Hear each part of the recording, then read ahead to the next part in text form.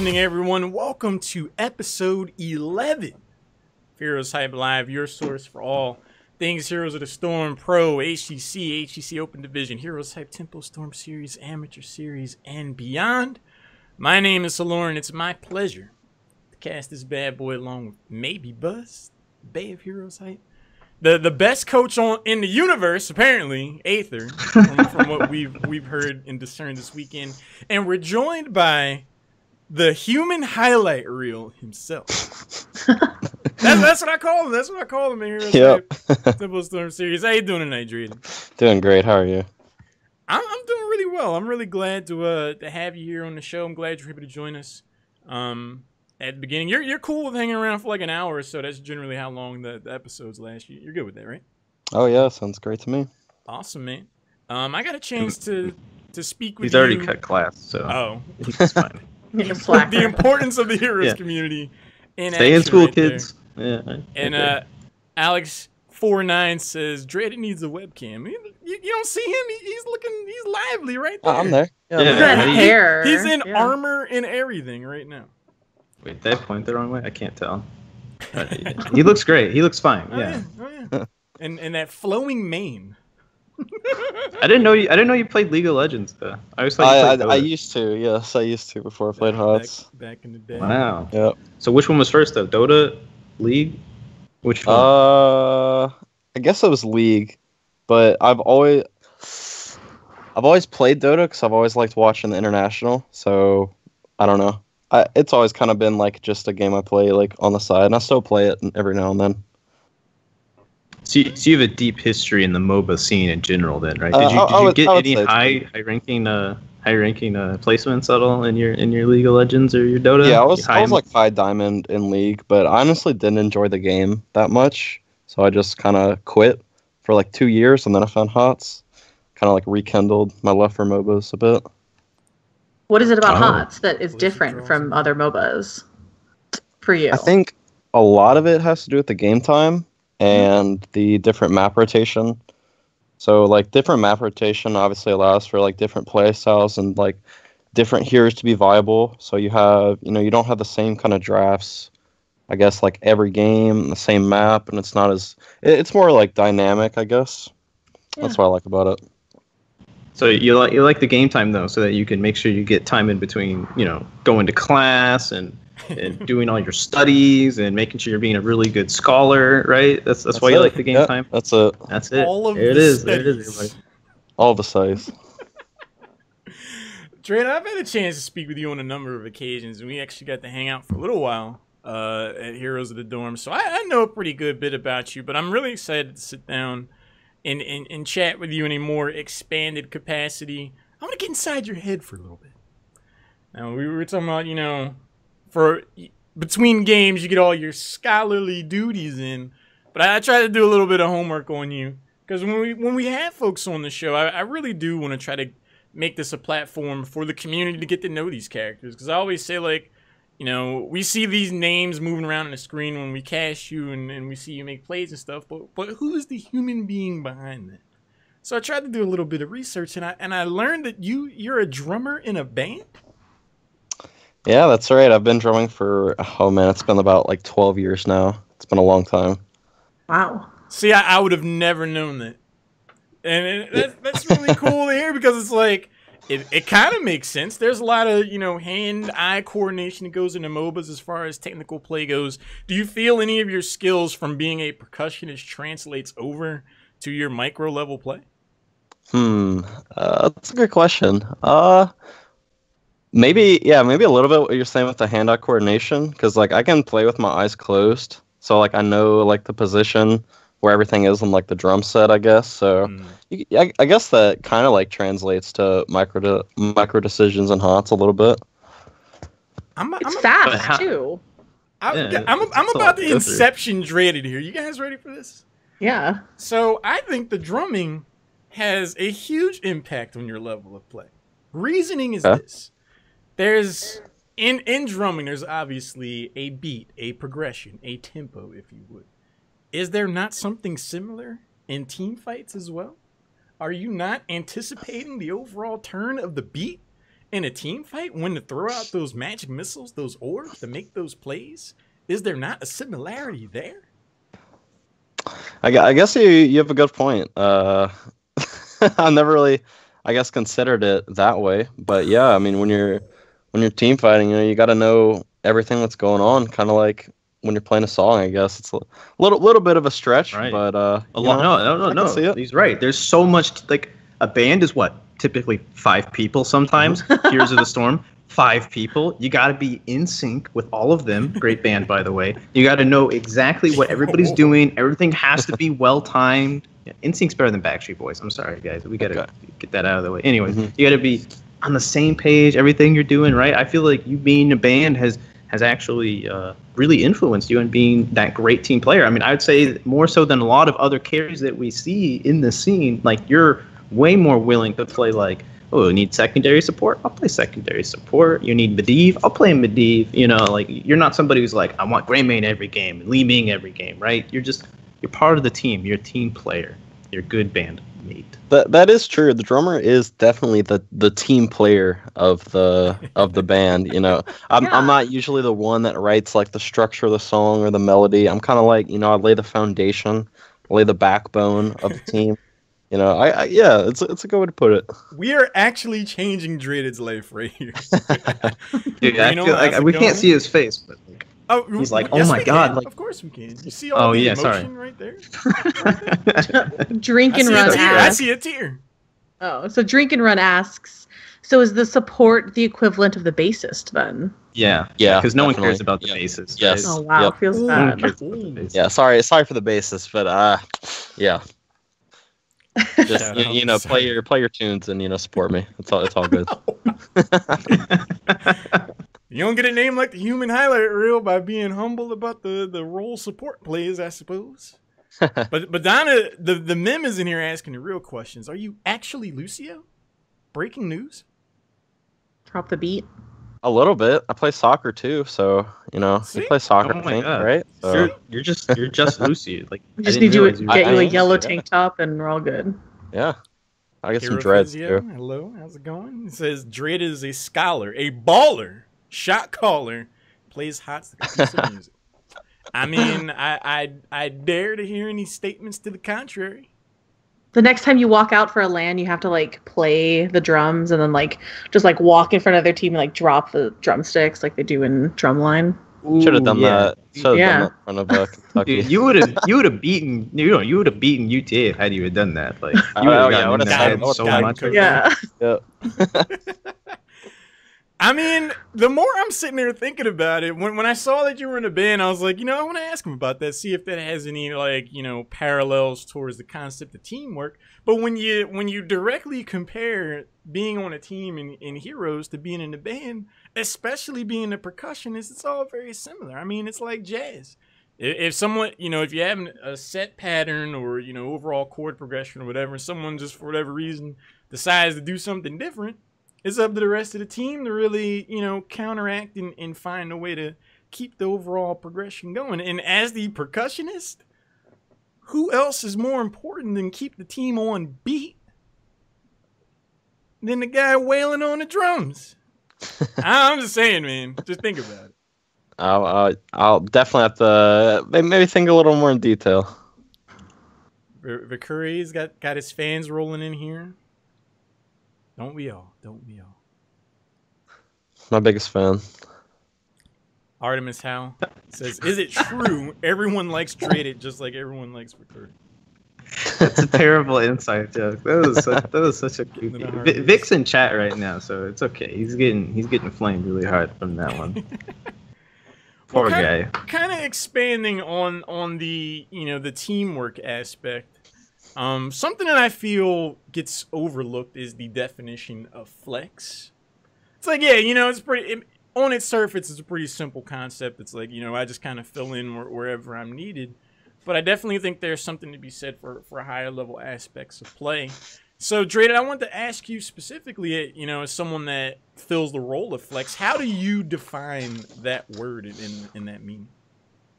So, let's say you're drafting. And you pick the 5 heroes, and then you're not really thinking about like who can play what hero or like can we actually play this. It's like, okay, let's pick the heroes that are good for the comp and we know that are going to work, and then in the end, people just pick what they're comfortable with, and then I just kind of play whatever's left basically. So flex is kind of, I mean, you kind of have to be a jack of all trades in a way, because I mean, I'll play melee some games, play support other games, I'll play secondary support, I'll play range carry. It's you kind of gotta play it all. Do you think it's like a personality type that like is drawn towards flex roles, or do you think it's just that people with the ability to like multitask across multi-heroes and have like good mechanical skills have the best success at like flex? I think you definitely need to have a strong like base mechanical skill level. If you don't, then you're just not going to be able to play a lot of the heroes that you're going to be required to play. And I think you also need to have like a good understanding of what your role is supposed to do in certain situations. Like obviously if you're playing like the second support, maybe you want to be like a little bit, in front of the first support, or if you're melee, you're going to want to be kind of the one taking the damage, maybe making some rotations. I mean, you have to know when you're supposed to be clearing waves. I think maybe it is a personality thing too that could have something to do with it. I'm not really sure. I mean, I've never really thought about being the second support, stepping out there in front of the main support. So if you go down, it's like, hey, well, at least the backbone or the bassist is still out there plucking strings. I think that's exactly. a really cool way to look at it. BBJ's in the chat. How's it going? He's in here asking to be flamed. Artemis Howell is right on the ball with that. What's going on, Argy? Someone has to do it. As far as the roles go, Drated, I've thought about, or I think about, draft compositions and stuff a lot. So I'm curious if you'd agree with this philosophy for me. I think in a lot of ways, the flex role isn't about drafting a hero. It's about filling a job, kind of like what you've already said, where it's like, I know if my role in this game is to blow up the squishy person on enemy team, I just need a hero that enables me to do that. But my overall focus is just completing my job. It's not necessarily about playing Li Ming. It's about killing their squishy. So if I'm Li Ming and I'm doing it, then I technically have to play Li Ming like this to do that. But if I'm playing Lunara, the technical avenues on how I complete my job is secondary to like the hero itself. Does that make sense? Mm-hmm. Yeah, no, I definitely agree. And I think, maybe Li Ming's not the best example, but I think maybe someone like Medivh is, where, your primary role is really just to help your team survive and help rotations and help facilitate the entire team. So I think putting flex as like a job is a really good way to put it, because range, I mean, the like primary goal of the range is just to like basically just kill the enemy team. But the flex is it can be a lot of different things a lot of time. And yeah, you really need to understand what your job is. So I do agree with you on that one. Yeah, because so having to play so many different roles and so many different jobs, where do you find time to really do all that practice with, right? Like if you're even some pro players, they only play like 3 heroes sometimes on occasions, and if you're like a true flex as what we're saying here, like where do you find time to practice as many characters as you play? I mean, even in the HGC Open, just from this split alone, you already have a wide range of characters that you've been playing. So are you somebody that plays a lot of Hero League? I think you know the answer to that one. Baited. So I think one of the things about the flex role, I think you have to be a smart player.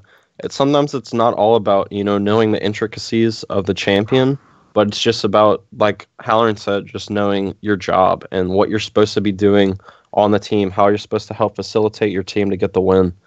So I think if you have a really strong like mechanical understanding of the game, I think a lot of the heroes will come like relatively easy to you. But the hard part about the flex is really just understanding what your job is on the team. So I think like playing other MOBAs in the past has helped me too. I used to play like mid and AD carry for League, and I mostly play like Invoker for Dota.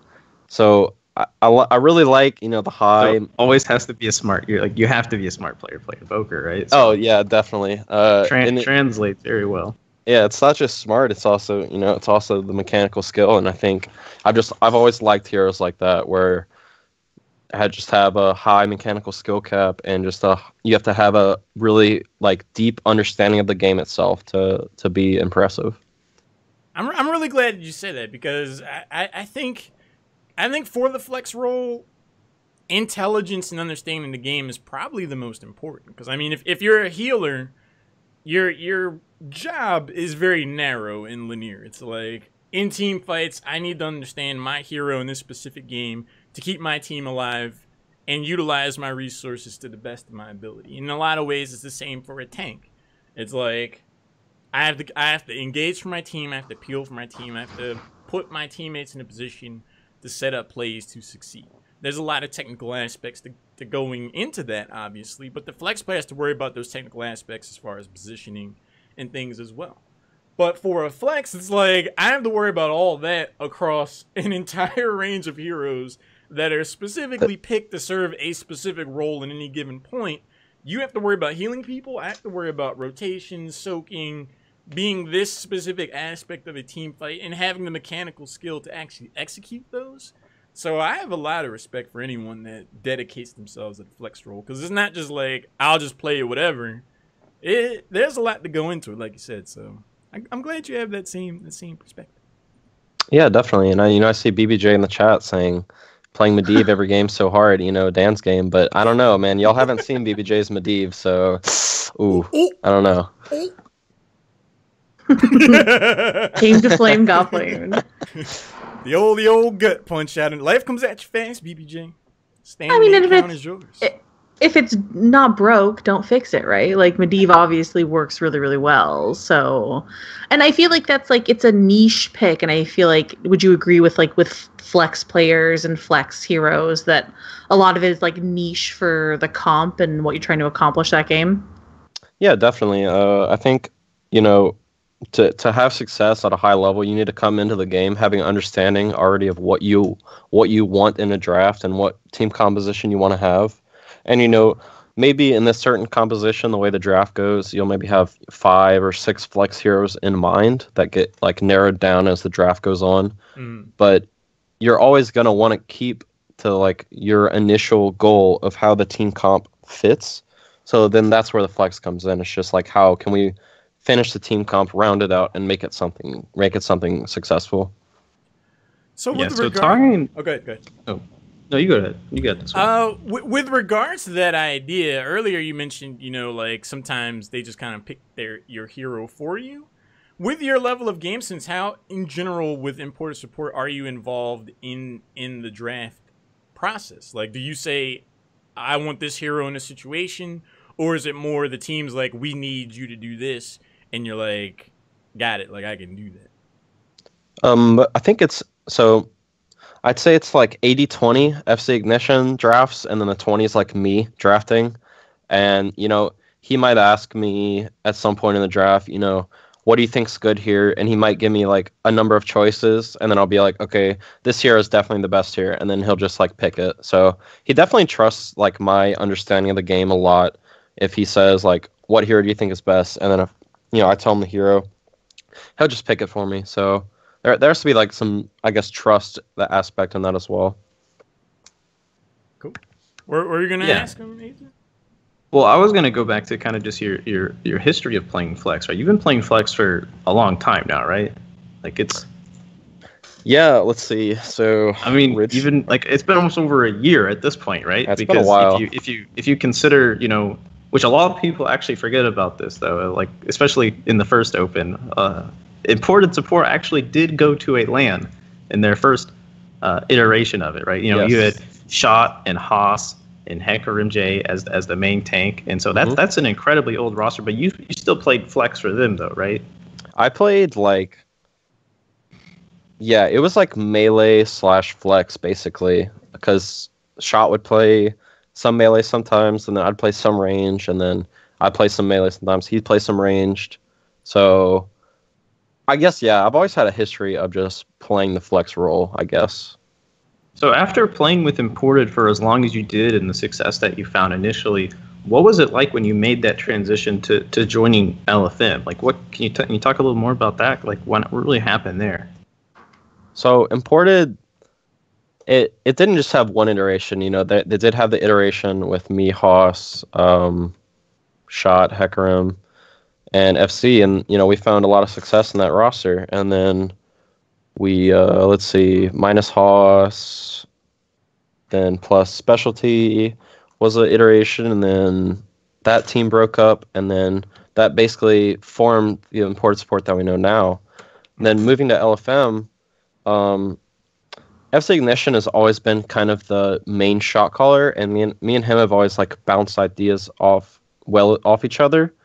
So when coming to LFM, we didn't really have like a dedicated shot caller, and I think that just that in general led to a lot of disparity and not a lot of success, because I don't know, I feel like in HOTS you really need that one voice to just say, all right, let's do this right now. And, you know, there's no confusion. That's just like, go, go, go. So LFM, when that happened, you know, we started to develop some success for a bit, but I think there was always the issue of missing that like one shot caller. And I don't think I fulfill that role the best, but I think now joining Imported once again, where we have FC Ignition, who's kind of that primary role of the shot caller, I think it's really nice. And I think, you know, HGC Open, it's always improving, and it's always getting better. But like, so are the players, so are the teams, and I think I really like playing with Imported because I really like FC Ignition as a player, and I like how he thinks, and I think we just work well together. Yeah, so you've been playing with him for an insanely long time at this point now, right? I mean, just all in all. But was there like any sort of strife between you two when you left Imported to join LFM, or was like, because it seems like you guys seem okay now, right? He let you back on the team, so couldn't have been too bad, right? Yeah, so originally we thought we were going to break up because TESPA at the time, the ruling for Heroes of the Dorm said that we couldn't play Heroes of the Dorm and we couldn't go pro at the same time. So we kind of had to make a distinction at that point. Oh.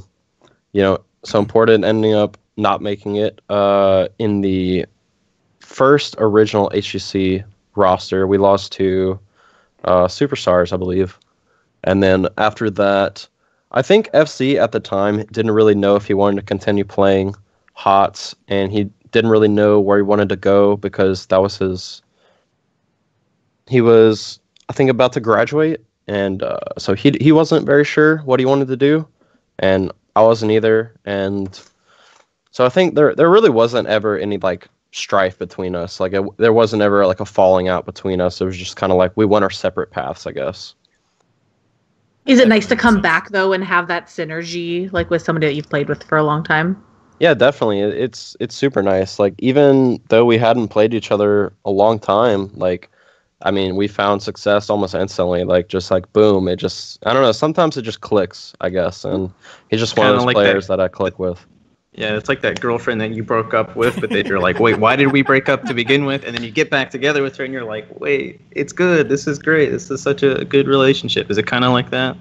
Yeah, you seem to be speaking from a personal experience. You want to elaborate a bit on that? No, there was the life comes at you fast, right? Bounce back on you. I mean, I'm married. I'm married to the game now, so. Oh man, I remember that interview. Yeah, that was a good interview, man. Good. Looking back in the chat, Rob Christie, thank you so much for the sub. Really appreciate the support. Means a lot. It's really cool to hear that, you know, for those that don't know the entirety of Drated's history, he has been at the professional level last year, made it to the lane like we've been discussing. And you guys did go through something of a transition period for both you and FC Ignition, where there was some distinction that had to be made there about how you wanted to advance in your Heroes of the Storm career. And then there was a period where you guys are trying to figure things out. I'm personally really glad to see that you've returned to pursuing a competitive Heroes of the Storm career. I think you've always been not only one of the cooler people in the community, but one of the better players as well. So I'm really glad to see that you're here. But when you make the decision and I want to climb back through those proverbial ropes. I want to, I have these aspirations. I want to go into the open division. I want to, get into the Crucible and beyond. What was the main deciding factor and what's been your drive since then to try to make those dreams a reality? I think I've always been like a really competitive person at heart. I grew up playing sports a lot, and I think I've just always had that competitive drive, and gaming has just always been a huge part of my life. I played World of Warcraft back when it came out, like vanilla, when I was like, I don't know, 8 or 9 years old. So I started like really young age playing video games. And I've played, oh man, almost like every Blizzard game. And I like MOBAs. I think MOBAs are amazing because they have a huge amount of like depth and skill involved to them.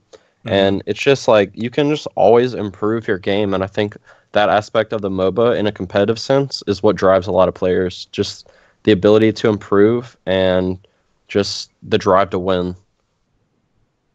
It's really cool to see. I mean, I think it's definitely shown in your level of play. From what I think we've seen, your skill level's only gone up since then. Since like last summer and previous instances we've had a chance to see you. So, from an outside perspective, man, the drive and commitment has definitely netted some observable results. So, kudos to you. And I do want to talk about one more person in your life, Drated, and I think everybody knows who we're about to talk about here. It's somebody who definitely knows what's up, but how long have you been playing with HeroesHype? And I mean, it's been before Heroes of the Storm, right? Like it's been an insanely long time. Oh yeah, you guys were almost on, like you guys were on so many teams together, not just Heroes of the Storm teams, not just dorms teams and all that kind of stuff like that. Like you guys are like best buds, best friends, somewhat rivals in some of this sense, right?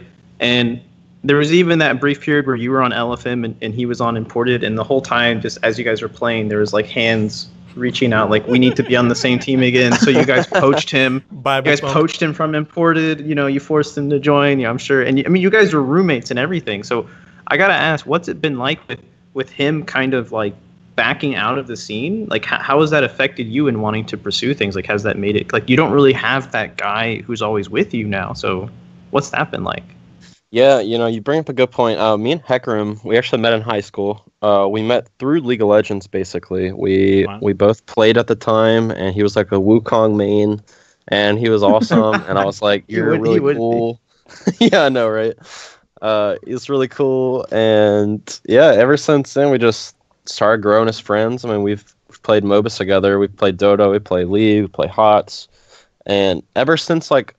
We also both quit League around the same time, and we both started up HOTS again at the same time. So we've always been, kind of there for each other, and we've always, I mean, me and him, we have a synergy just like built in. Like you can't even, sometimes you can't build synergies like we have. It's just like natural. It's just there, and having that always with me is probably one of the reasons why we found success on the original Imported roster. I don't think that roster was like amazing or anything, and we weren't even that experienced at the time.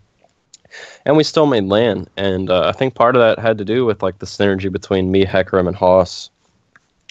But now, when LFM lost, pretty huge disappointment for everybody on the team, and basically caused Hecarim to just quite competitive at the time. I almost kind of quit as well. I wasn't sure because after that team, I mean, everybody picked us to be the favorites to go into Crucible. Everybody picked us favorites to win the Crucible, to make it into the HE Open Division, and just having a letdown like that, it really gets to you. It's really rough for a bit, and I wasn't sure if I wanted to continue playing HOTS competitively because I was like, well, I mean, I don't know if I'm going to have a better roster than that, honestly. But so him stepping out was almost kind of made me step out as well. But you know, we're still obviously we're great friends, see each other all the time, and you know, he can continue to support me with everything I do in competitive HOTS. So yeah, we've always had an awesome relationship. Well, that's a good friendship there. But I do have to ask, do you have any words for people who are out there, right? Because there are a lot of pro players, a lot of people who have dreams of being a pro player and being a top level player that you're at. And a lot of times when they form these teams or they have these aspirations, like, and they lose and they have these heartbreaking upsets. Can you talk about kind of how you got back into it? Like how did you pull yourself back up? And then without, you know, your best friend there to help you along the way, right? You didn't have anybody to lean on. You've come back into the scene on your own, and you're still playing just as good, if not better, than you were playing before. So kind of what were you doing to kind of convince yourself that you can still do this and that you can still keep working at this? Yeah, it really took me a long time to decide, but I think you just have to like look at yourself and look at what you really want. And I think that being competitive and playing video games is just two passions that I just don't really ever want to give up.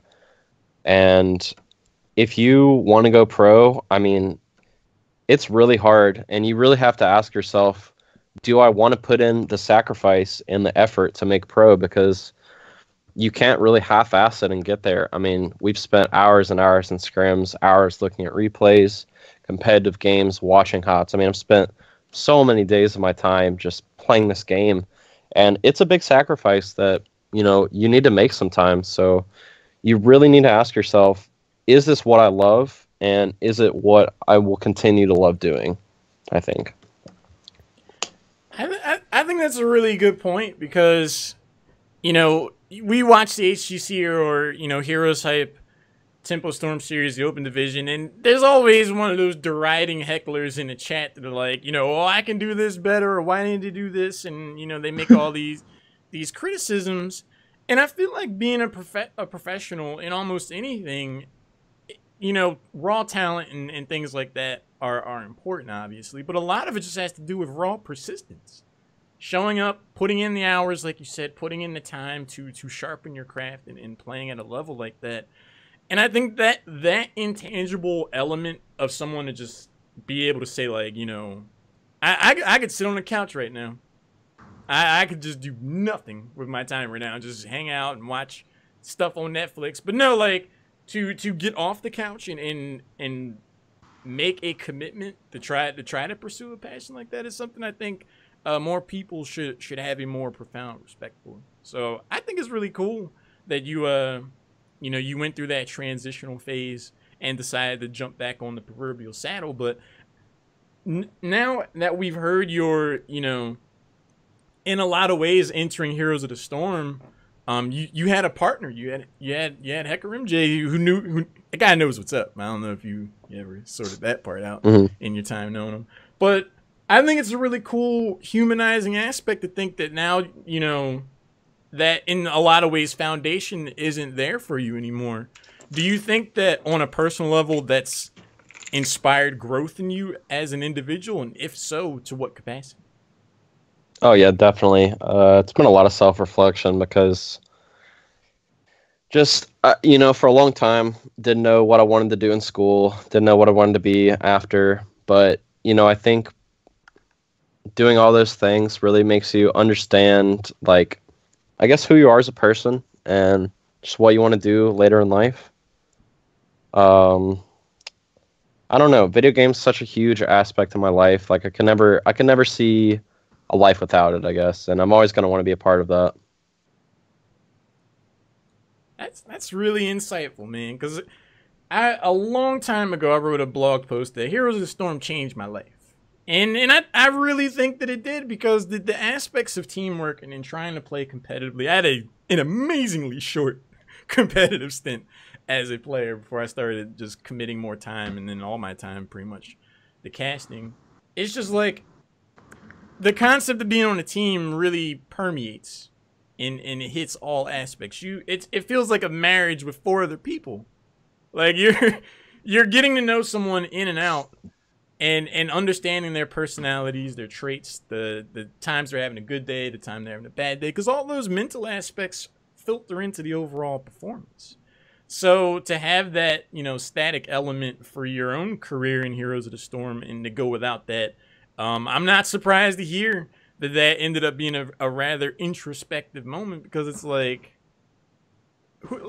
this is so much a part of me. Without this element, it's only going to be logical that you start to make some contrasts and comparisons. So I think that's a very maturing aspect, man. I hope you feel that.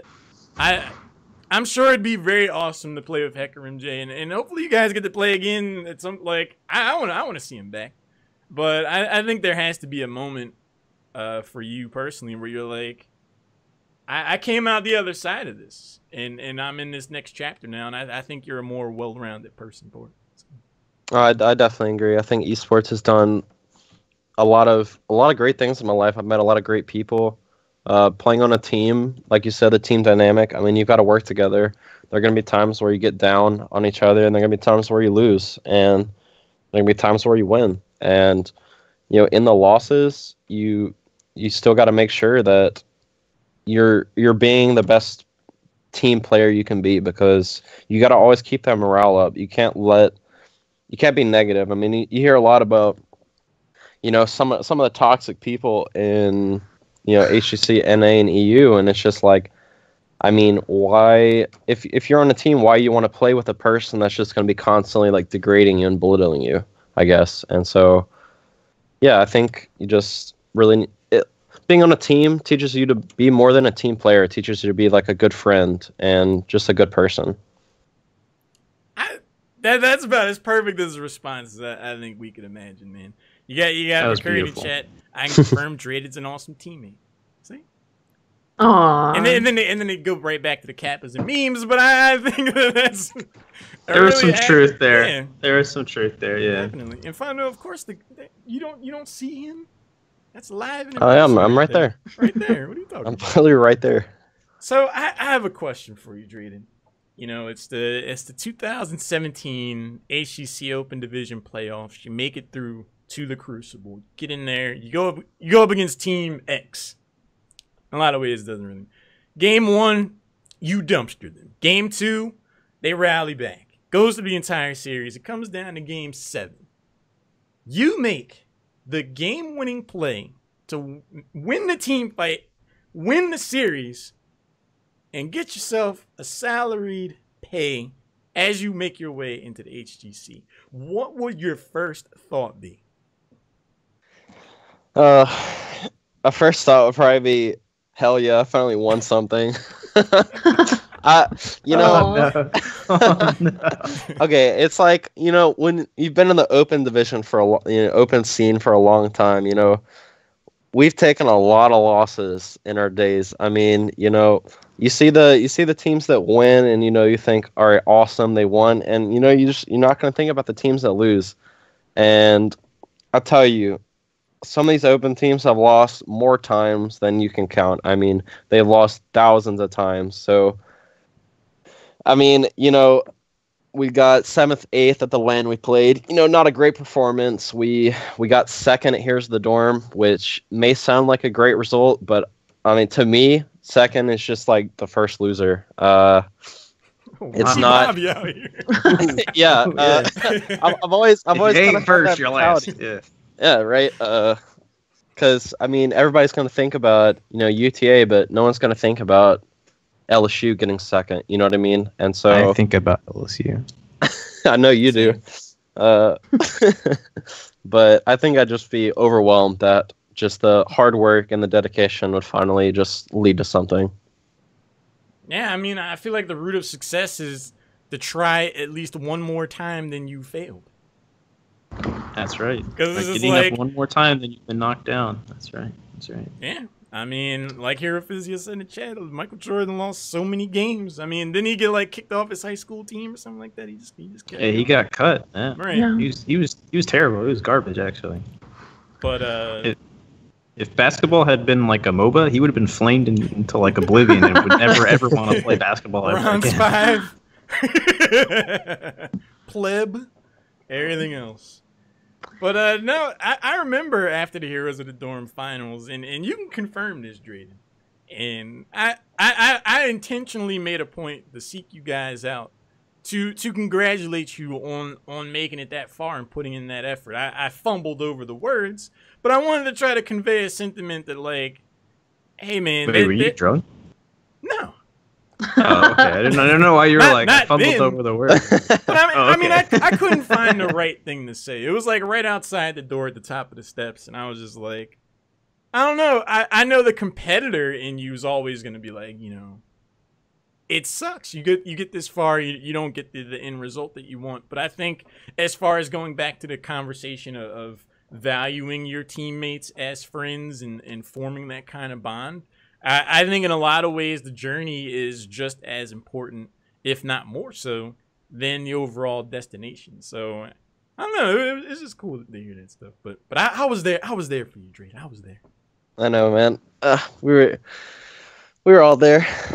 We were all there for you, Drated. We were all cheering you on, man. I'm a boys. Yeah, it was hard. It was like a little bit heartbreaking, like when you guys like walked in. Like I remember being there, like at the meetup after and seeing you guys and just like giving you hugs, because like I think that you guys definitely, because you guys have been around in the amateur scene for so long and people like know you guys and have like gone on this like up and down of the teams and your successes and like the hardships, that I think there's a lot of fans that definitely have like an emotional tie to like you and LFM, and then also Imported and LSU.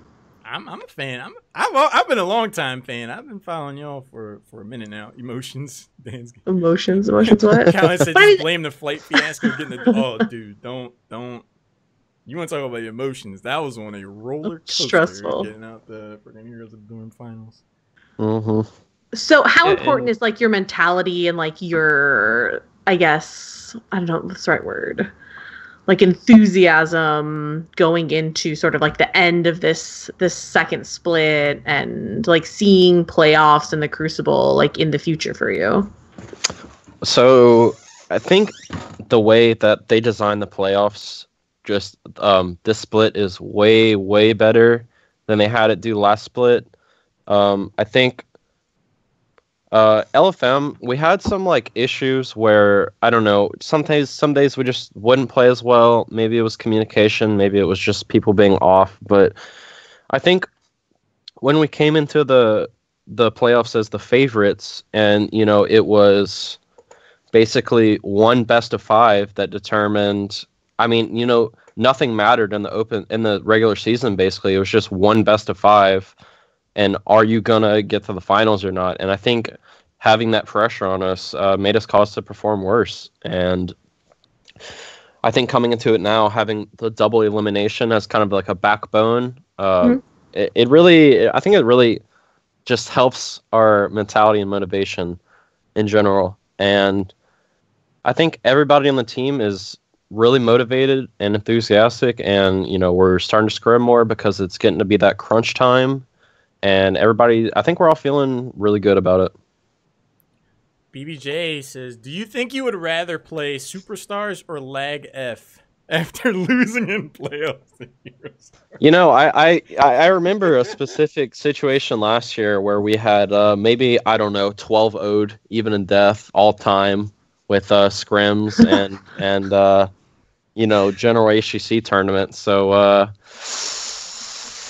yeah, we're gonna 3-0 you in the best of 5. So let's go. Let's go. There it is, BBJ. Real life hitting you hard, right? Pinch of spice thrown in this episode of HeroesHype Live. I love that confidence, man. But I think we're just feeling really good. Just scrimming more. We're looking at how to understand the meta. We're watching Korean VODs. We're watching EU VODs, NA VODs, seeing why people prioritize things when they do. I think we got a really good idea of how the draft's going right now, and I think we're just playing really well. So I really wouldn't be surprised if we finally took a series off Heroes Hearth. It'll be good for them.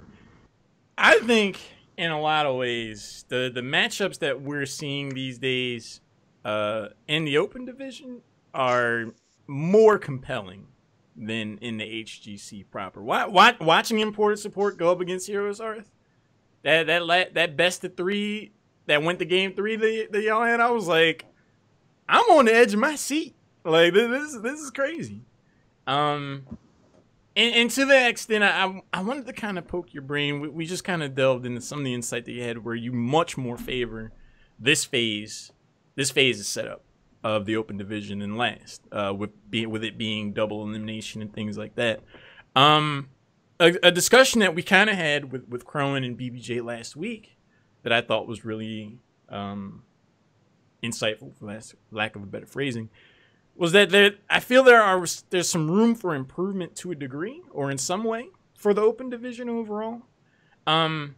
There are a lot of compelling teams that just by raw numbers alone will not make it into and through the Crucible. Only 2 teams are going to be able to make it, and there's at least 6, I think, that are really sharp, squads, all things considered. What changes do you think Blizzard can make overall to better incentivize players that don't make it to and through the Crucible to continue to show up for the next go-round? Do you think it's a purely monetary thing, or are there other things that they could change? Oh, that's a pretty hard question. Well, I guess I can reframe it a different way. Let's say lightning strikes and you guys import support don't make it through the Crucible this year. What would incentivize you from Blizzard to make you want to show up again in 2018?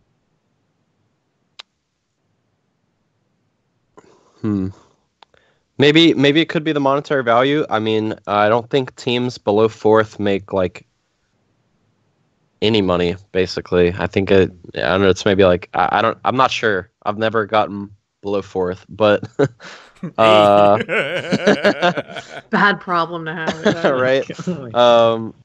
It could be the monetary value. I know it's pretty hard to give more money into the system, but I don't know. Maybe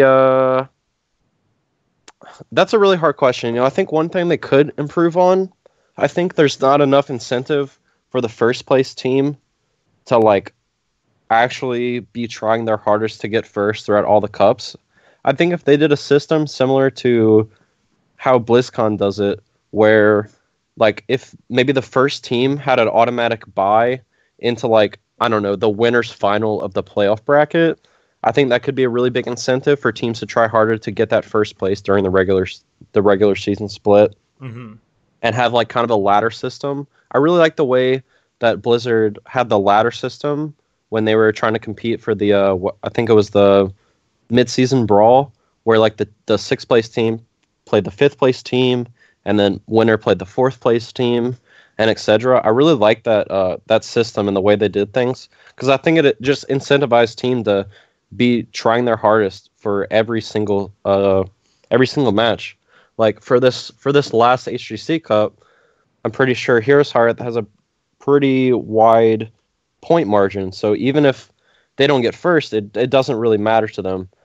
But maybe for like us and Donkeys, who are like hovering on the 2-3 spot, that doesn't actually matter whether we get 2nd or 3rd, because it's basically the same place in the playoff bracket.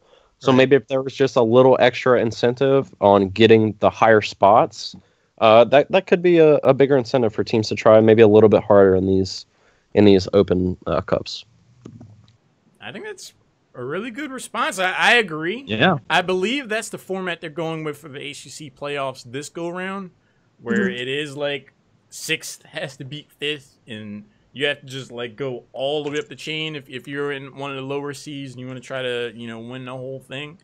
It would definitely add more of an emphasis to show up, because like you said, it's like the difference between 2nd and 3rd in some ways is kind of, I don't want to say trivial, but you're in the same boat pretty much, where it's like it doesn't matter if I'm 2nd or 3rd, but if that's one less match you have to deal with, it's like, hey. Yeah, you're gonna fight for that. Yeah, you're gonna be like, we only have to prepare for 1 team versus 2 teams. Yeah, I'll take 2nd. I'll take 3rd. Yeah, definitely. Yeah. So I definitely hope that logic trickles down to the HCC Open Division. Another theory that I have, that I'd like to get your opinion on, is before BlizzCon last year, there was, I don't want to say a consolation, but there was something for pro level players to do outside of BlizzCon in the form of the Nexus games, where I think it was like a $20,000 prize pool. You know, you're not gonna be able to like live forever off of that, but it was enough to like, I want to practice for it. Like, it'd be pretty neat to get a chunk of that.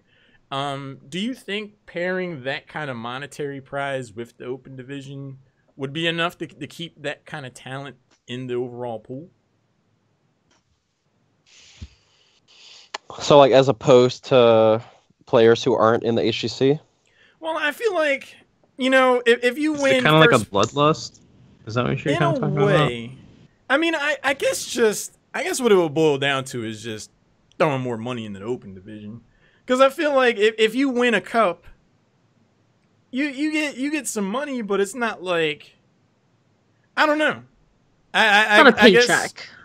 I guess it's subjective at that point, but I don't know. I guess I'm just trying to see what. No, definitely. I see what you're saying. Like, the maximum amount of money that you can make in the open division per month is like $240, and I mean that is obviously not enough for sustaining anything.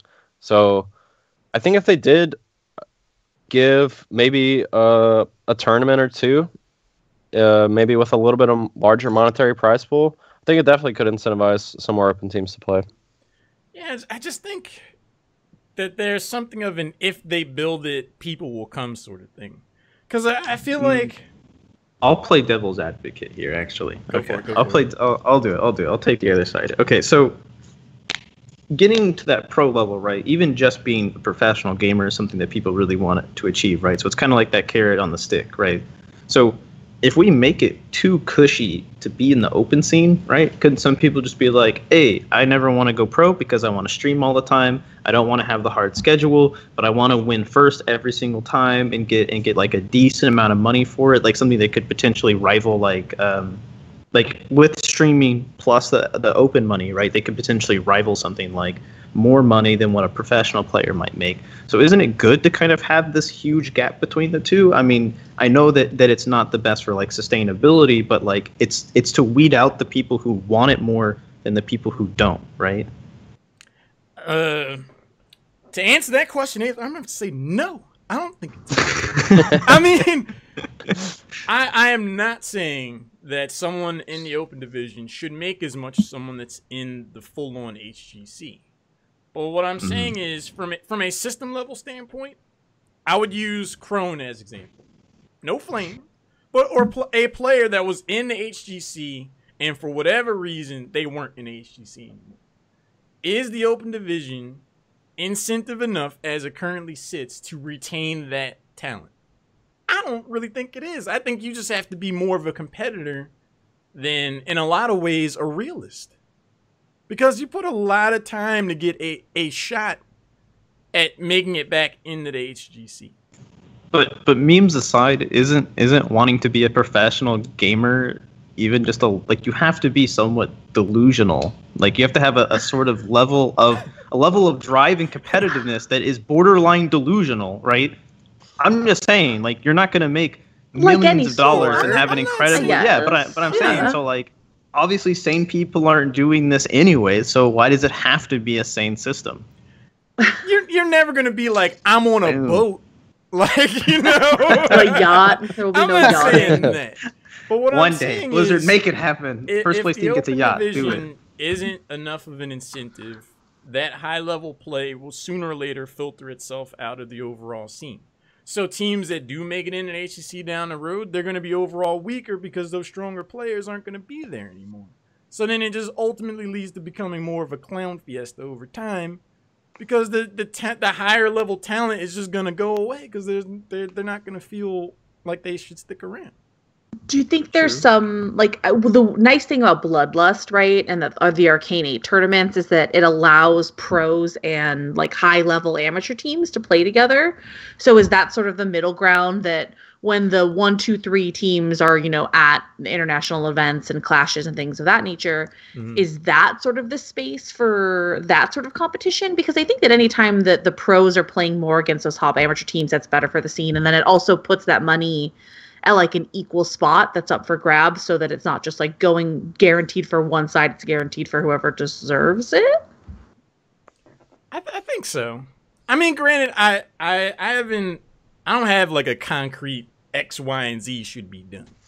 I mainly just want to open up the idea of the conversation, and I'm just always curious to hear insight from players that are directly involved in it, like you, Drated, because it's like, I don't know, if I was on if I was on an HGC team and then I wasn't anymore for whatever reason, I don't know if the open division would be enough. You gotta play in that for 6 months before you get a chance to get back in. Is there realistically enough? If you're a player that relied on that salary, you just can't. You can't rely on that. Like, you can't even try to supplement what the open division would give you.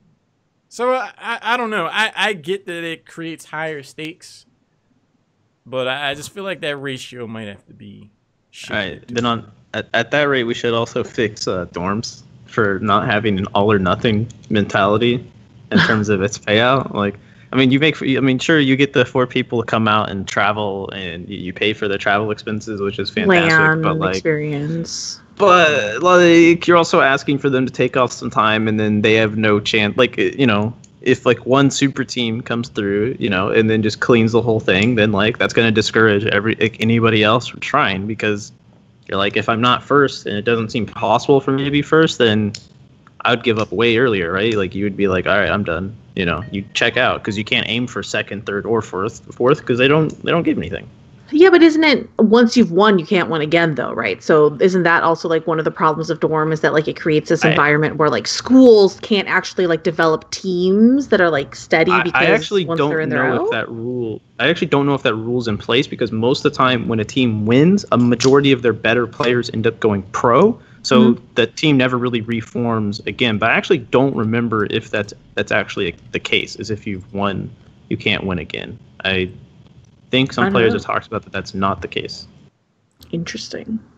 Yeah, I don't know. I mean, it is tough, because if there is a situation like that where it's like one team is just clearly going to dumpster everybody, then like, why would the other teams aren't going to really want to try anyway? So then the overall quality, it's just, I don't know. Except for LSU, they're diehard fighters, right? They're like, everybody thinks UTA is the best. We'll take a game off them, and then we didn't. Hey. I had LSU win it all, personally. Me too. Hey. Me too.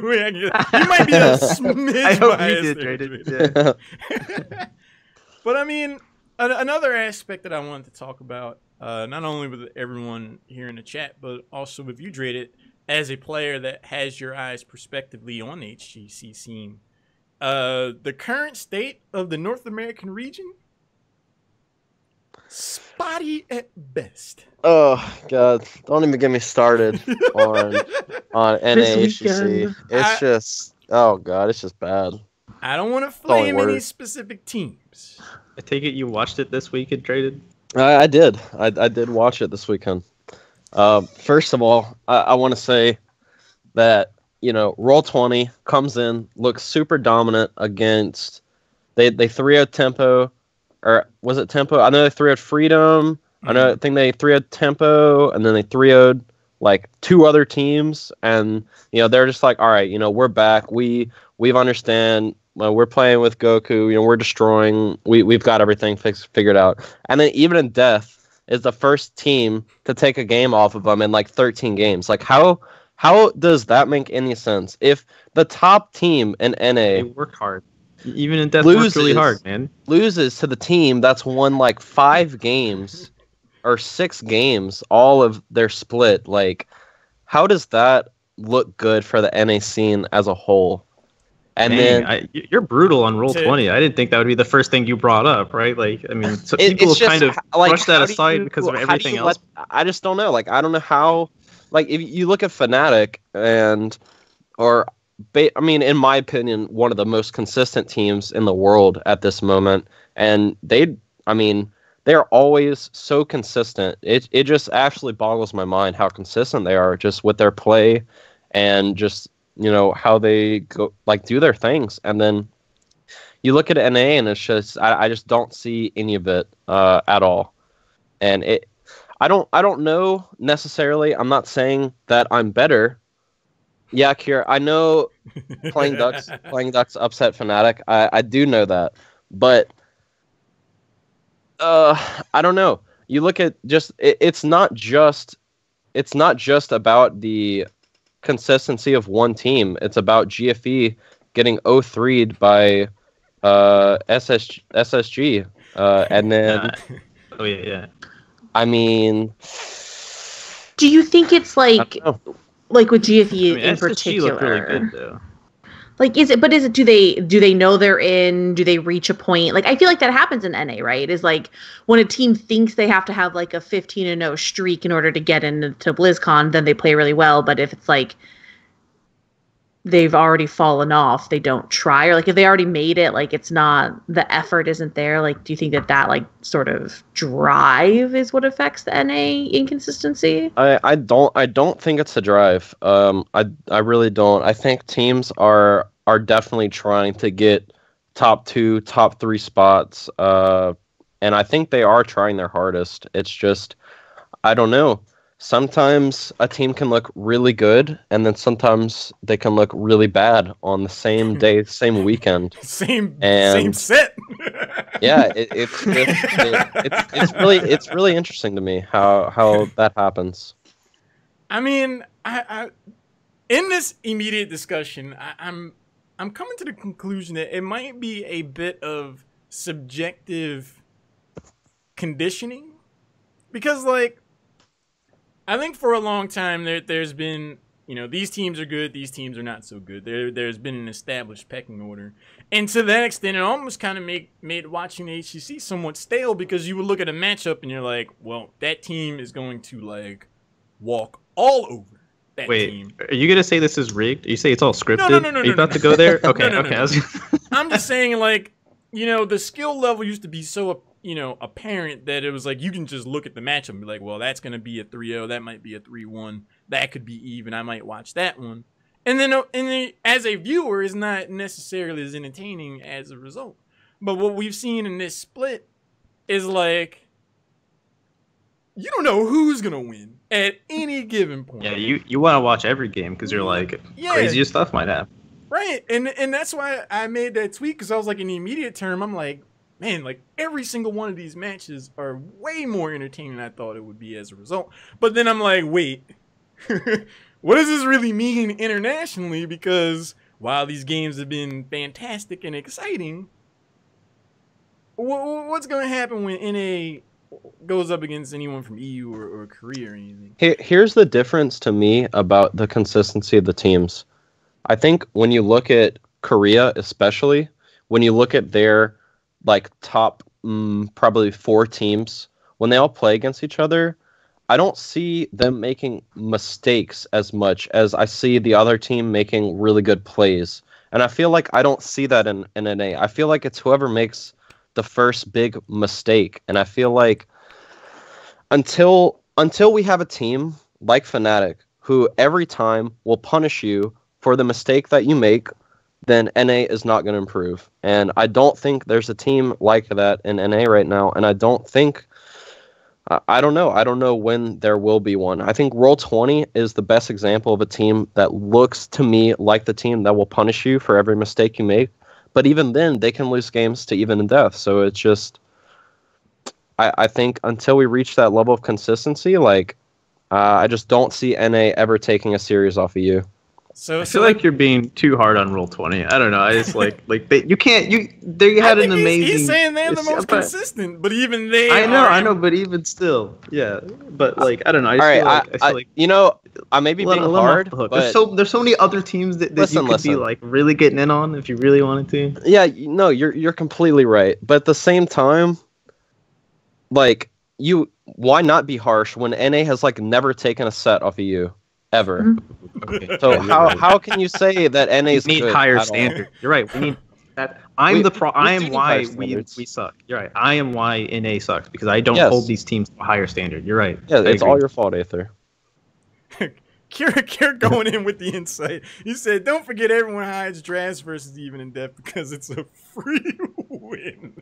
Listen, I think Roll 20 should be able to draft 3 supports and beat even in death. Like I don't think that should be, I don't think draft should be an issue. And I don't think I think with whatever draft they pick, even if it's the most standard draft, I think it should be able to win the game just based off them being a better team. So let me summarize what I think is your overall assessment of the HGC right now. In other regions, namely Korea and EU, teams win games, whereas in NA, teams lose games. Yep. Interesting. I think there's a great example in the GFE Tempo game. I mean, or no, it was Freedom GFE game on the core call. I think Freedom is starting to look like the team that I really respect. I think that core call was actually Freedom having like one of the best holds I've ever seen. And I think I went back and rewatched like the entire core defense on 2%, and there were so many plays, like individual plays and just huge plays that Freedom did. And I think when you look at that, I think that's what North America needs is, I don't know, like just watching that, I thought the game was absolutely over. And then that miraculous hold, that was just awesome. Well, I think that's what I mean by like subjective conditioning, because when I watched that play, I was like, holy crap, they saved that game? To where Twitch chat was more like, holy crap, the other team threw that game. Mm-hmm. Because people are just like conditioned to expect subpar play out of the region. So is it more that the lower ranked teams or the teams that are kind of like on an upswing, are they just legitimately improving to where they do have this discipline? Because I feel that they are. Or is it just like, we're going to have some problems? Because I don't know. It's exciting. But I'm really glad that you used that example, because I think based on perspective, people could have two very different outlooks on that. So, Drated, who do you think is going to go to BlizzCon for NA? I think it'll be Roll 20, Freedom, and probably GFE. Wait, is there 3 or 2? 3. It's 3. There's 3? Yeah, okay. Then there's 3. Third has to win in playoffs, yeah. Yeah. Roll 20, Freedom, GFE. In that order? Yeah. Okay. May, how about you? Who do you think's going? I'm gonna have to agree, actually. I think that like Team Freedom is not like a sleeper, because I feel like everyone sort of like sees how good they are, but I think that like they haven't even like reached their final form is like how I think of it, right? And so like when they like get over that next like peak, I think that like hopefully we'll see like a competitive NA team. All right. Aether? Now you might be a little biased. I might have a horse in this race a little bit here. Let's hear it. I'm gonna say Roll 20, GFE, and then Even in Death pulls it out last 2 weeks, makes it all the way through the gauntlet, and then goes to BlizzCon. Wow. That's right. When that happens, I want to. When that happens, clip this. I'm gonna clip it myself, and I'm gonna save it in my bookmarks. And when that happens, that's all. Like every 2 minutes, that's gonna be my Twitter. I'm gonna at every single person in Heroes of the Storm, be like, I called this. You're welcome. He's no longer Coach Ether. He's Prophet Ether. God bless. Hawks and Fondo's going on in NA hard right now. So NA should be the reason I go hard on NA as well, and I know I'm like a member of the open division, so maybe some pros might think I don't have the greatest perspective, but I think it's still really easy to point out mistakes if you understand the game at a high level, and I think that NA just makes, I don't know, just way too many mistakes to ever be right now considered even able to beat a top EU team. Fair enough. For my top 3, I would say Roll 20, Freedom, Tempo Storm. Well, I don't know. It'll be it's actually a tie between Tempo and Space Station Gaming, pending what versions of those teams show up. Because No, I've I seen agree with some that very completely. aggressive play out of Space Station Gaming where like they make turns that I don't think other HTC teams think to make. And sometimes it looks flawless, and sometimes I'm like, NA low. No, actually, No, I I think totally SSG is agree. really good, actually. Yeah, I totally agree with your opinion on SSG. I think they do things better than even Roll20 and Freedom do. Like just in their play, I think I see a lot of the things that maybe like Fnatic and MVP Black do, but then they just mess up some of the basics sometimes. And I think if they could pull their little mistakes together, I think I agree they'd be a super dominant team. And I think GFE is a team to me that personally, I just think Crowan is just a better range player than K1 Pro. I think I've always thought that. And when they replaced K1 with Crowan, I thought that was a huge mistake. And I thought this whole split, even, they've looked a bit shaky. And some of their games, I'm like, I don't know. It's hard to analyze NA teams when they go 3-0 one week and then 0-3 another, honestly. I'm gonna it can have be to tough, agree. yeah.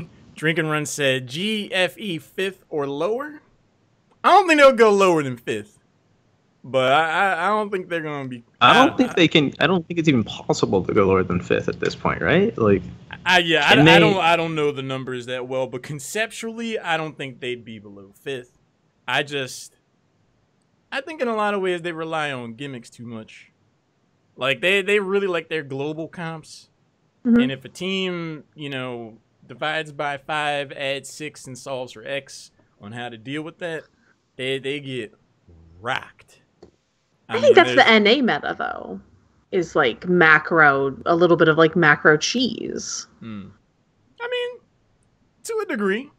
But, I mean, last time GFE made it across the pond, they tried that. Yeah. And, it doesn't work. Let's just say. But a question that I have for you guys here, and for everyone in the chat as well, I think a huge turning point for Fnatic was the boss fight on Warhead Junction last BlizzCon, where they coordinated everything. The Brightwing ice block.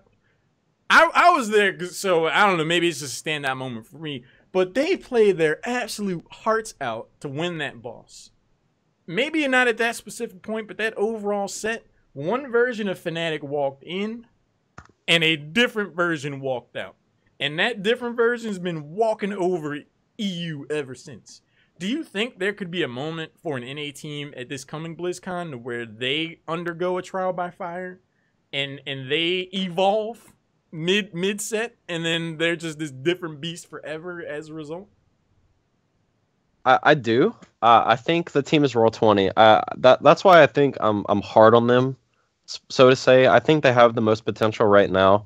I think all their players are extremely good, and I think Glaring is a really good shot caller. So I kind of expect a lot out of that team. And I think when they took the game off MVP Black, where they're trying through Medivh Diablo comp, I think, that almost was it. That they were almost there. So I do think it's possible, but I don't know. At the same time, I really don't like to get my hopes up about NA, honestly. Sorry, they're like the Cleveland Browns for you, where it's just like, I grew up around no matter here, how but hype I mean, I know better than most. Yeah. I hate to respect say it, because obviously I want North America to do well. I played against these teams. I've gotten bodied by them many times, and they're obviously better than Imported is now. But it's just, can they step it up to the next level? And I'm not sure. Flix Ducky said outright versus MVP Black, or it might have been versus Ballistics. I think the best way I could try to describe this progression is like, Fnatic went in against MVP Black and they were Saiyans. And then mid-set, they're like, ah! And then they turn into Super Saiyan. And then they beat MVP Black and they're like, oh, we got all this newfound power, but they're not used to it yet. So then they go up against Ballistics, who's like been Super Saiyan, maybe even Super Saiyan 2 the entire time. They're like, well, hey, like, welcome to this plateau, but we've been here. And now, like, you know, Fnatic have been training since then, and now they're like Super Saiyan 4 or whatever. What if there just skip 3? You just I mean, go to 3. They're Fnatic. Like, After that boss fight, they just the Boo saga and beyond were all kind of like whatever. That was a blur for you. Wait, so you consider GT to be canon, but you don't consider the Boo saga to be good? You're like, no, 4. Like, you didn't say Super Saiyan God. You're like, no, 4. Like, I'm a big Dragon Ball Z nerd. I gotta say God. We'll leave GT out. Thank you. We'll leave GT out of this. I'm sorry. But I'm just saying, I don't know. I agree. I think if there was one team that could undergo a transformation like that, it probably would be Roll20. I think Justin's been one of the most consistent tanks in the region. And that is going to be... Oh, God. Don't even get me started on tanks. That's one of the NA's biggest faults. I agree. Me and Aether have talked about this for hours, about NA tanks. I mean, you look at Tempo. What the heck are they doing? I don't know. Fury's playing tank in NA anymore? Fury's playing tank some games. Cattle's another. I don't know. They switch things up every 2 weeks. Like, I don't get it, man. And that's not the only team. Other teams are doing that too. Like, there's been a lot of like tank swapping in this second half. Yeah. Superstars with Urho and Strafe swapping roles, and then Yoda at range now, which I think is their best iteration so far. But NA tanks, man. I don't know. It's wild and exciting times. I just think anytime we see a fundamental shift in strategy for a team, they might come out the better for it down the road, but in the immediate term, I think of teams like Dignitas, where they were like one day, they were just like, let's have Bakery shot calling draft. I mean, we've been one of the top teams in the region for like ever. We've been to every LAN. Let's change it up. And they walked into that split like, who's playing right now? Like, they never really recovered. They went back, but it was just like that. The Dignitas of old, they're just trying to get back there, I feel. Yeah. So everyone just hits the switch hero button during draft, and whoever it lands is what you're playing that game. Yeah, they just pick. You're gonna see auto select guy get picked in the draft. You're just like, oh. Yeah, so sometimes I feel like teams never took like 7th grade math, or not math, 7th grade science, where they're like, all right, guys, something's wrong with our experiment here, so we need to change a variable. Now, how many variables should we change, team? And then everybody sits there and go, all of them. And it's like, no, you should change one at a time. All of them, every roster spot, change this, change that, new shot caller, new drafter, all of it. Let's do it all. That's right. That's going to give us super successful. It's like, what if we tried one thing at a time? No time for that. We got to change everything, and we got to change it right now. Like, I don't know. I feel like in a pre-HGC in its current capacity was like, Roster Apocalypse became a name because of what would happen. They're like, oh, the region was over. Let's fundamentally change everything. Everything. Yeah, but don't we now have ourselves in a spot too where like teams are too restricted that like NA kind of is in this weird spot because I'm sure teams would like to make some swaps and they can't. I don't think so. I mean, it was kind of like Papa. It was kind of like Papa Blizzard coming in and sitting on them and being like, "All right, you can't do this anymore. We got to give you some punishment." But no, I do agree that it is interesting that there isn't as much of a window of transfers, and I know that there's actually been some problems on actually too many people changing. Right, we saw B-Step disband, so I'm actually not too sure on what change you make there, right? Because like. The problem is that when you open up those things, like it's going to happen, and that might not even be the issue, right? I mean, we could highlight specific teams, like not trying to talk too much about Fnatic, but a lot of people were like, you need to get rid of Smexy. You need to get rid of Smexy, drop him from your roster. He's not performing. This is why Dignitas always beats you. And then they said, no, we're gonna keep working on it. We're gonna keep improving, you know. And maybe given a different circumstance or a different rule change, maybe they would have done that, right? I mean, I think a lot of people need to take this like a job where it's like you're, in a lot of sense, it does suck because you're young people and you're forced to play with each other, and that can suck. But a lot of times you're going to have to sit there and kind of swallow the situation and say, we have to make the most of this, right? We have to try to do our best and with what we're given. You know, it's part of life. Not going to get easy swaps in life. It's a part of life. I'm just saying, in life, you're not going to get like boss. My coworker, he made fun of me, and then it's like, all right, let's bring in somebody else. You know what I mean? That's not going to happen. Yeah, you still have to do it. You still have to go to work every day and all that, even if you don't like the guy who sits next to you at the cubicle. I mean, I see where you're coming from though, May, as far as like there being almost too much rigidity in the current HGC format. I think of the fallout of B-Step is something of an example of that. I think they could have found some more players. Or I don't know. We'll never know, right? But how, as I'm thinking we'll never know what about happened. this, I think the best path might lie somewhere in the middle.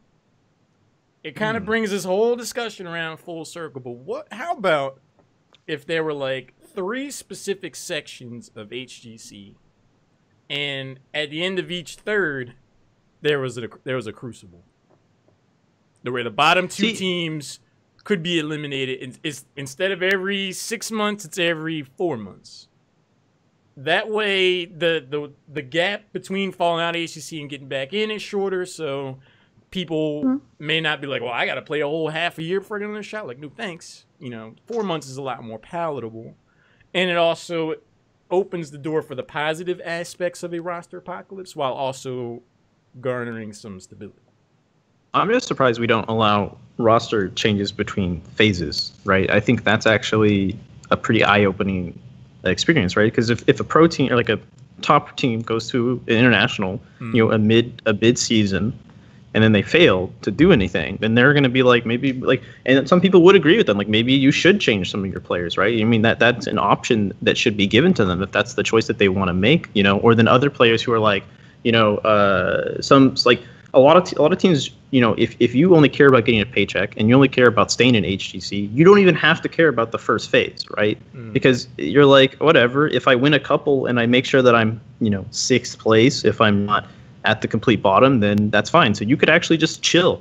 You could literally just be like, all right, guys, let's do it casually. Like you could work a whole nother job and do whatever you wanted basically at that point.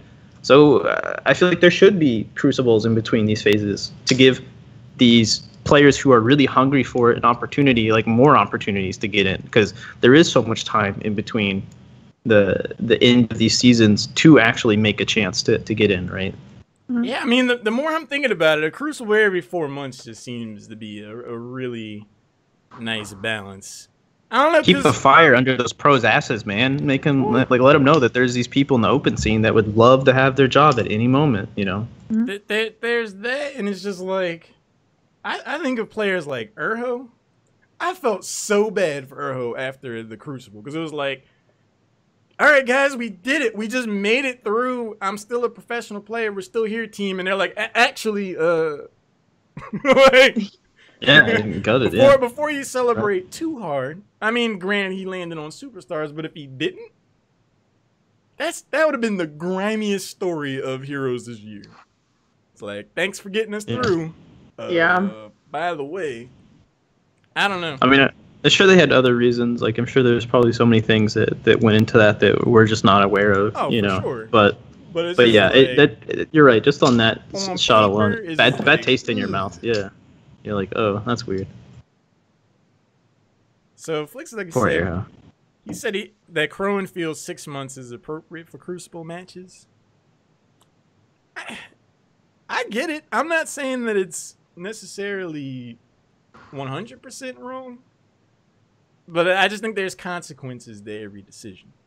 Cause like Drated, could you honestly tell us if you go through this open division and you don't make it in an HGC, are you gonna be back around for the next open division? Oh yeah. Well, we're gonna win Dorm first, and then we'll be back. Fair. There you go.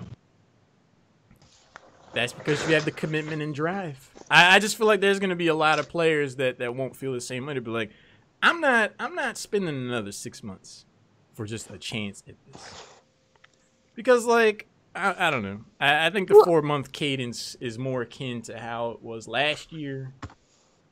Where it was like, hey, if we didn't make this regional, it's like, all right, well, we didn't make spring, we can make summer. and like the process kind of begins anew. 6 months is that? It's a stretch, man. And only 2 teams can get involved. At least back then, it was like all the teams are or all the spots are open for discussion. Mm-hmm. I don't know. It is true, yeah. But guys, I don't want to get into. I'm just saying. Yeah, we're not going there. Those things aside, right? Yeah. Conceptually, it's gonna be as the world turns. I mean, just saying, like, with that kind of line of thought, right? At any point, he could have literally just said, like, if he really was just that, whatever, not going into specifics, right? If Erho was really that toxic of a person, he could have literally just sit down and said, I'm not going to play, and then just have his team drop out, right? But he showed up, right? There is still something to say about that he still played, and then they won it, So you can't discredit the guy for that. Yeah, I mean, there's so much Melrose Place that can go in all of that. Like, did he know? I don't know. I don't want to get into like the specifics of that immediate moment, but just the current format opens up some pretty awkward moments potentially for these players. As a viewer, I guess it would be entertaining because it's like, this happened. I can go to Reddit, but these are human beings. You're messing with someone literally putting food on the table. Mm-hmm. Yeah, and it's not as if if you are in the HGC for 6 months, it's not, and you're not in like the top 2 places, it's really not feasible to expect that you can support yourself another 6 months. What you made on that first 6 months. It's not like it's a lot of money. Like, even if you were living like a moderate lifestyle, like it'd be almost impossible to do that. And it's not like you can get unemployment, right? Like, I don't think you can. Like, I got kicked off the team. I don't think so. Can you file unemployment? Yeah, that's sick. Yeah, I mean, I don't know. I don't mean to keep hammering the point. I just feel like a 4-month cadence would be better overall, because there have been instances in this past split where you watch some of the teams and you're just like, it feels somewhat apparent that they're just kind of like collecting a paycheck. Mm-hmm.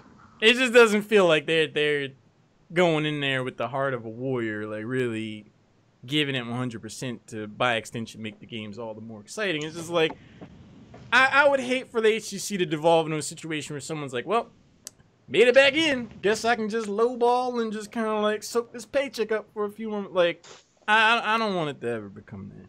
I'm not saying that's what it's been. I just don't want it to ever get there. And in 6 months as opposed to 4, I feel increases the chances of that happening. But yeah, I agree with that. I think it's been a really interesting discussion. I would love to hear more comments and thoughts about it with the HH Live hashtag. We really want to hear you guys' thoughts in the community. But we can shift gears. We're at about an hour and 20 or so. One last topic I did want to kind of touch on. I'll ask you, Drated, as the flex player for import support. How do you feel about Kel'Thuzad? Ooh, he's a really interesting hero. I've had a lot of flip flop on what I've thought about him. I think he's really hard. I think he's actually maybe the hardest. I don't want to say hardest hero they released yet, but definitely the hardest mage, I think, so far. I think I really like that design by Blizzard, but I'm not sure. I think he's either going to be absurdly broken or unplayable. Wow, you're between those two? I thought maybe tier 1 to absolutely broken, but I never thought maybe unplayable. That's crazy. I think heroes like Tracer and Genji, I think they absolutely destroy Kel'Thuzad, and there's not really much he can do about it. So I think I think if the situation and the draft calls for Kel'Thuzad, I think he is definitely going to be one of the best heroes in the game for sure. His burst potential, I'm pretty sure, is probably higher than any other hero in the game, like for sure. I mean, he could just blow up 2 people instantly. It's crazy. So I think if teams learn how to adapt with him, learn how to get through that maybe weak early game, and don't get owned by heroes like Tracer and Genji, I think he's going to be a really, really gross hero. I think he's going to ride that first ban wave until he's nerfed. Oh yeah, I think there's a lot of fear behind what someone can do with him, right? Like you might as like a team like take him to scrims and be like, okay, maybe we're not finding a lot of success with him. But then you go into Hero League and you're like, oh my god, all of our tanks just died to this one guy. Like what if there's just like, what if I'm just playing it wrong? Like what if it's like me and my team can't make it work, but like what if the other team, what if they've made it work? What if it looks just like Hero League for their scrims? Like yeah, it'll probably receive some bans. It's definitely gonna be played at BlizzCon, yeah. Sure. Yeah, because it's supposed to be available week 10. It might be week 10 or playoffs. I'm not too sure. I actually think it's going to be available for open too. I definitely think we're going to see Roll20 play it. I think they've been big experimenters of new heroes, and I think Priz is going to be spamming him. So I definitely think we're going to see Roll20 play him for sure. As for other teams, I don't really know, but yeah, I think if teams find and develop the playstyle where they can make him work, I think he's definitely going to be one of the best heroes that Blizzard's ever released. Snap. That's high.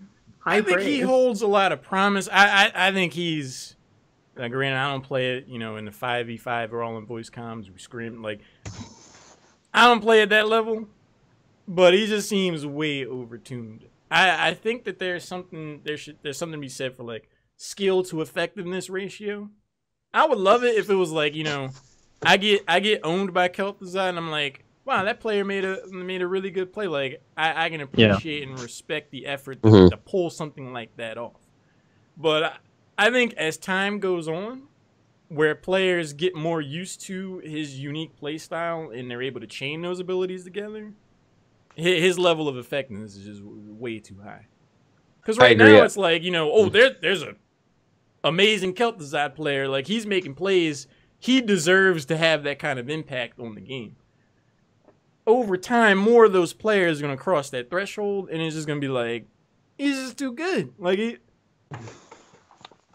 I think Blizzard has a really bad trend lately of making heroes with too short ult cooldowns, and I think that's a big problem with Kel'Thuzad. I think the 15-second ult cooldown that he has is just stupid. Like, I think that's one of the worst designs I've ever seen. Like, oh man, you can't give a hero just a nuke, like a raw nuke on a 15-second cooldown. Like, I think that's just crazy. Like, I don't know what they were thinking when they gave him that talent. And I think if there's anything right now that is calling for a nerf, I think is they should lower the spell power that he gets after he completes his quest, and I think they should nerf the ult.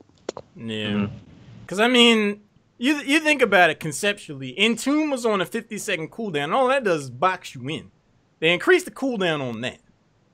Kel'Thuzad actually one-shots people on a 15-second basis. Yep. Tanks. Yeah. Which is more impactful? I don't know. It's just. I just don't think he's gonna stay in his current state. How he changes or to what degree, I'm not sure. But leaving that man like that. A couple of weeks ago, Drated on HeroesHype Live, I was like, I think we're entering into something of a mage meta. Jane is getting a rework, Chromie's getting a rework, Morales is coming back. I actually feel like Morales does a lot to enable mages with the armor and the more consistent healing now with the change to energy. But I feel like there's an asterisk with that. As long as Kel'Thuzad's not on the other side. The last thing I want to be is a squishy hero with no mobility. I don't know. I just don't think you can do that against Kel'Thuzad. Yeah, I think they need to either drop down his passive, like how much he's getting from his passive, or up the quest on it. Because I feel like out of all the mages, his quest kind of seems like one that in almost a lot of Hero League games, you'll see like level 8, level 7, level 9. They're done. Quest is done, and you're like, "What the heck?" And then right when he hits 10, it's like, "Oh, our ETC just immediately died." And then you're like, "Oh, that's ridiculous!" Like, his pressure comes on like you go into like Grandmaster level Hero League games, and then all these players are there, and like one pro player immediately locks in KT like first pick or whatever, and you're like, "All right, yeah, we have all these meta heroes that do counter him. But the crazy thing is, even if you have Genji, even if you have Greymane, even if you have Tracer, even if you have Zeratul, even if you have some of these answers that like are somewhat off meta or meta picks that can deal with this character, that can flank him, pop him, whatever you want to say to it, they go in the game, and then the first thing that if you have one smart player on your team, the first thing he writes is, we need to just avoid KT. If we can just not let him get his full-on stacks, like, no, seriously, people were like, all right, KT goes to this lane, we all go to a different lane. We keep making him having to rotate to match us, because if we sit here and we let him chain his abilities on us, then he just becomes unstoppable and we don't win any team fights when the actual objectives come up. You know, he's not stacking during his objectives. He's stacking during the laning phase. He's stacking during these easier time periods, and then once he gets, like, once it's done, then he comes into objective and he just cleans that objective no matter what it is, right? His zoning potential is insane. His ability to burst people, it's an 8. It's not even like Pyroblast where you have to sit there and like, you know, that thing takes like so freaking long to come off, and it's so hard to actually like combo that with anything without it being stopped. His is just like, oh, did you stun somebody? And then that guy's dead. You know, like that's insane, right? I ate 1 CC, I'm dead. Yeah. Like you stunned me once, I'm dead. But I think you make a really good point about his power spike level, because like if you're going up against Ginger, Dread, and Nazebo, you got from 1 to 20. Like at level 20, if he completes the quest and he starts melting your face, it's like he kind of earned it. He got the 20, like you had time. Team got him there. Whereas if Kel'Thuzad's coming online level 7, well, I don't know. He's gonna get changed. You can even extend that to all the other mages too. Like I don't think a lot of mages will potentially come back into the meta because they don't have just the absolute insane safety and raw damage that this character brings. Like, yeah, like Chromie has her scaling and she could potentially have a better late game, but you have to hit 80 Qs to finish that quest. Yeah. Like 30 CCs versus 80 Qs is actually like pretty significant. You know, even if you're really good at Chromie, you're finishing that at level 13, 14, right? Like that still takes a while. Jaina, you have to put yourself at more, like you have to put yourself within a lot of harm's way in order to finish that quest. And even still, you're like, all right, guys, now I have Ice Block. You know what I mean? Like you didn't just immediately gain like 3 times damage or something to that like regard. So I'm gonna do some math here real quick. I think he just hits too hard. That's just caster math. Oh no. Yeah, I think Chromie and Jaina are overall. Oh, okay, I think Chromie's worse overall. I think Jaina is maybe slightly better, but she's still Jaina. Like I don't know. And what does that mean? Yeah. She's still Jaina. Just has a lot of issues, like that she's always had. Just not having a high health pool, not having escape, just only having slows, not having like any like hard CC. And then you got Kel'Thuzad who can CC you, slow you, and one shot you. It's like, why do you even want Jaina when you could have Kel'Thuzad? As far as like doing a job and filling a role, there's no instance where I'm like, I'd rather have Jaina over Kel'Thuzad. Yeah, like that. You want a wombo? You just bring KT. Yeah, I'm Kel'Thuzad. I do every other person's job better, probably better than anyone else. At best, they kind of do what I do. Yeah, at a longer time period. If they did a change where they at least drew down his ability to wave clear, because his wave clear is kind of on par with like KT or something like that. Like it's actually just as fast as his is. If they drew that back, then I can understand the level of damage that they're bringing, because then you're just like, all right, the only thing that we're bringing KT for is to do raw damage, right? He doesn't have all this other versatility that kind of comes with him. Then I could accept that, right? Because then you're just like, all right, let's never team fight, let's siege, let's get camps out, let's try to split the team up, make sure they don't ever get that 5-on-5 that they want. But he still is okay at everything else, so I don't know. I agree. I mean, going to the caster math, I did a little bit of a exercise here. So you got to hit 80 Qs as Chromie to complete that quest, right? The cooldown for Sandblast is 2.5 seconds. So 80 times 2.5 is 200. 200 seconds of you hitting every shot. Dividing that by 60, you gotta be frame accurate for 3 minutes and 20 seconds. Wow. How realistic? Like, you know how many cues you're gonna miss? Like that. Well, it's also this. We're also removing the fact that if you hit multiple ones in a row, you Right. do get the bonus. But that's I will you say that standing at there. least time, yeah, Right. the least amount of time is there. That's not even including like I'm out of mana. I gotta go back. I gotta rotate. I gotta find somebody to hit. I saw an Open Division EU game where someone played Chromie and they never finished. It was like a 20-minute game. I mean, you see that in like Grandmaster games where you're like, oh man, that Chromie, it's 22 minutes in the game and they're at 48. Yeah, I think the quest is way too hard to complete. It should be like 40 or 45, 50, around that. Flicks Dougie said Blizz needs to release overtuned heroes as a MOBA to maximize profits. Every other MOBA does it. He'll get tuned down though. I mean, yeah, League is accused of that all the time, right? Slippery slope.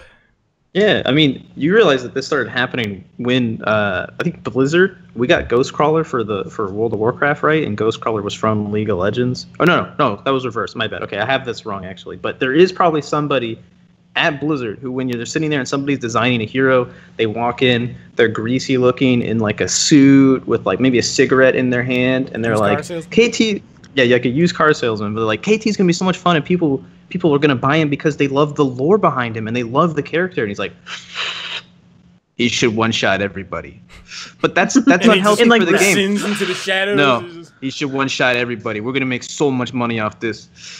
All right, if you don't do it, you're fired. And then he just walks out. And then they're like, we got to do it. There's nothing else we can do.